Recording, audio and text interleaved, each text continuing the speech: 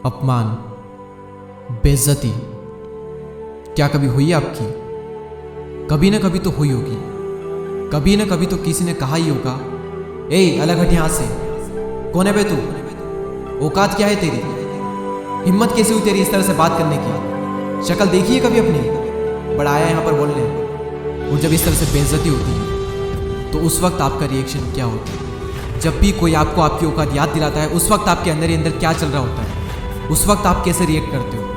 अंदर ही अंदर क्या थॉट्स आते हैं? गुस्सा भी आता होगा, बहुत बुरा भी लगता होगा। पर क्या हो अगर मैं कहूँ कि बेइज्जती होना भी ज़रूरी है, मजाक बनना भी ज़रूरी है। क्योंकि इतिहास गवाह है कि जो जो इंसान ज़मीन से उठकर आसमान की ऊंचाइयों पर पहुंचा है ना, हर किसी का कभी ना कभी तो मजाक ज़रूर बनाए, कभी ना कभी तो बेइज्जती ज़रूर हुई है, और कई बार हुई है। बात है सन 1999 की, जब रतन टाटा ने अपनी पहली passenger car Tata indica launch की थी, और शुरुआती समय में ही ये बुरी तरह से फेल हो गई। टाटा ग्रुप के सभी मेंबर की ये सलाह थी कि इसे फोर्ड कंपनी को बेच दिया जाए, और इसके लिए टाटा ग्रुप की फोर्ड कंपनी से बात हुई, और फोर्ड के जो ऑफिसर्स थे वो भी भारत आकर टाटा के कार डिपार्टमेंट में दिलचस्पी दिखा रहे थे। और उसके बाद रतन टाटा को अमेरिका बुलाया गया, और फोर्ड के ऑफिसर के साथ में रतन टाटा की एक बैठक हुई, और उन्हें वहां पर कहा गया कि जब आपको इसके बारे में पता ही नहीं है तो आपने पैसेंजर व्हीकल में कदम ही क्यों रखा। और यही नहीं बल्कि उनसे ये भी कहा गया कि हम टाटा मोटर के कार बिजनेस को खरीदकर आप पर एक एहसान कर रहे हैं, आप इसे हमारा एक एहसान समझना। और रतन टाटा अपने इस अपमान को घोंट कर पी गए।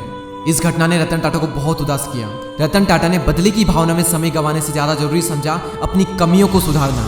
उन्होंने अपने कार सेगमेंट को बेचने का विचार बदल लिया और अपना पूरा फोकस अपने कार बिजनेस में लगा दिया।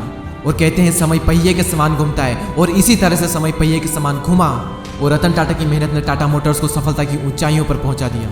एक तरफ टाटा ग्रुप की टाटा मोटर्स कामयाब हो रही थी, तो वहीं 2008 में फोर्ड कंपनी दिवालियापन की स्थिति में आ गई थी। और ऐसे में रतन टाटा के पास में बहुत ही अच्छा मौका था फोर्ड को नीचा दिखाने का, लेकिन उन्होंने ऐसा कुछ भी नहीं किया, बल्कि इसके विपरीत उन्होंने फोर्ड की ही मदद की। और साल 2008 में ही टाटा मोटर्स ने फोर्ड से जैगवार और लैंड रोवर ब्रांड को $2.3 बिलियन में खरीद लिया। टाटा मोटर्स की फोर्ड के साथ ये डील उनके लिए जीवनदायिनी साबित हुई। और उस वक्त फोर्ड के जो करंट चेयरमैन थे, उन्होंने रतन टाटा को धन्यवाद देते हुए कहा कि आप JLR को खरीदकर हम पर एक बहुत बड़ा एहसान कर रहे हैं। और यही होती है एक महान इंसान की पहचान। अच्छा तो हर कोई बन सकता है, महान बहुत कम बन पाते हैं। और ये तो कुछ भी नहीं, इससे भी बुरा अपमान हुआ था डॉक्टर भीमराव अंबेडकर का। नीची जात के थे तो लोग इनकी परछाई भी अपने ऊपर नहीं पड़ने देते थे। एक बार कुएं का पानी पी लिया, कुएं को टच कर दिया, तो एक छोटे से बच्चे को बहुत मार पड़ी, सिर्फ इसलिए क्योंकि उसने कुएं को छू लिया, उसका पानी पी लिया। स्कूल में उन्हें क्लासरूम के अंदर नहीं जाने दिया, कहा बाहर बैठकर पढ़ाई करो। कहा गया कि संस्कृत ब्राह्मणों के लिए होती है, तुम्हारे लिए नहीं। इतना अपमान हुआ, बहुत दर्द होता है अंदर से। उन्होंने ठान लिया कि तुमने मुझे अपने गांव के स्कूल में नहीं पढ़ने दिया, मैं दुनिया की सबसे बेस्ट यूनिवर्सिटी में पढ़कर आऊंगा।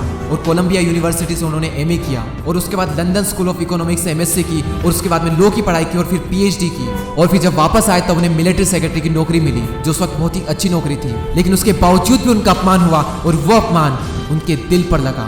उन्हें तब भी कुएं का पानी पीने का अधिकार नहीं था। वहां का चपरासी तक उन्हें फाइल फेंक कर देता था, कहता था कि गद्दी पर बैठ गया तो क्या हुआ है, तो अभी भी निचली जात का ना। बस उन्होंने भी इसी अपमान को घूंट करके पी लिया, और भारत का संविधान लिख दिया, और अपना हक पाकर रहे। और अपना हक तो पाया ही, साथ साथ निचली जाति के लोगों को भी उनका अपना हक दिलाया। मैंने कहा ना, अपमान जरूरी है, बेइज्जती से ही बदलाव आता है। अंग्रेजों ने एक बार गांधी जी को ट्रेन से धक्के मार कर बाहर निकाल दिया था, बहुत बेइज्जती हुई थी। उनसे कहा गया था कि तुम काले इंडियंस डिजर्व नहीं करते हमारी ट्रेन में बैठना, और उन्होंने भी ठान लिया कि तुमने मुझे ट्रेन से बाहर निकाला है, मैं तुम्हें अपने देश से बाहर निकाल दूंगा।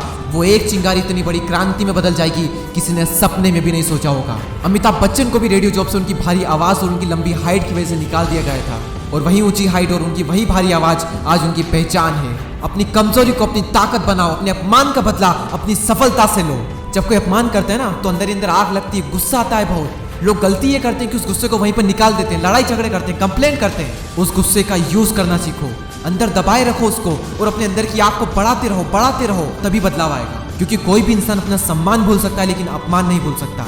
कोई कुछ भी बोले तो उस वक्त रिएक्ट मत करो, अपना गुस्सा, अपनी आग बाहर मत निकालो, अपने अंदर रखो।